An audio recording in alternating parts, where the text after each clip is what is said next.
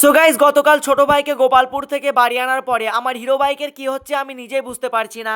আসসালামু আলাইকুম গাইস, গোপালপুর থেকে বাড়ি আসার সময় আমার হিরো বাইকের ভালো করে ব্রেক ধরছিল না। এদিকে দেখলাম বাইকের ডবল স্ট্যান্ডটাও খারাপ হয়ে গেছে। বাইকটাকে ঠিক করার জন্য চাবি নিয়ে বাইক স্টার্ট দিয়ে বাড়ি থেকে বার হলাম। বাইক নিয়ে চলে আসলাম আমার ছোট চাচার বাইক গ্যারেজে। গাইস, তোমরা তো বুঝতেই পারছো যে বাইক চালানোর সময় একা একা ভালোভাবে ভিডিও করা যায় না। গাইস, ওই জন্য আসার সময় আমি ভালো করে ভিডিও করতে পারিনি। এরপরে আমার ছোট চাচা আমার বাইকটাকে ঠিক করতে লাগলো। বাইকের ব্রেক দুটো ঠিক করে দিল, কিন্তু বললো যে আজকে ডবল স্ট্যান্ডটা ঠিক হবে না। ব্রেক দুটো ঠিক করা হয়ে গেলে আমি বাইক নিয়ে ওখান থেকে বার হয়ে গেলাম। কিছুক্ষণের মধ্যে আমি বাড়ি চলে আসলাম, আর এসে দেখি বাড়ির গেটে তালা দেওয়া আছে। এরপরে আম্মুকে খুঁজতে চলে গেলাম পুকুরের ওখানে। এরপরে আবার আম্মুর সঙ্গে মাঠ দিয়ে হাঁটতে হাঁটতে বাড়ি চলে আসলাম। বাড়ি আসার পরে আমার হিরো বাইকের জামা কাপড় পরিয়ে দিলাম।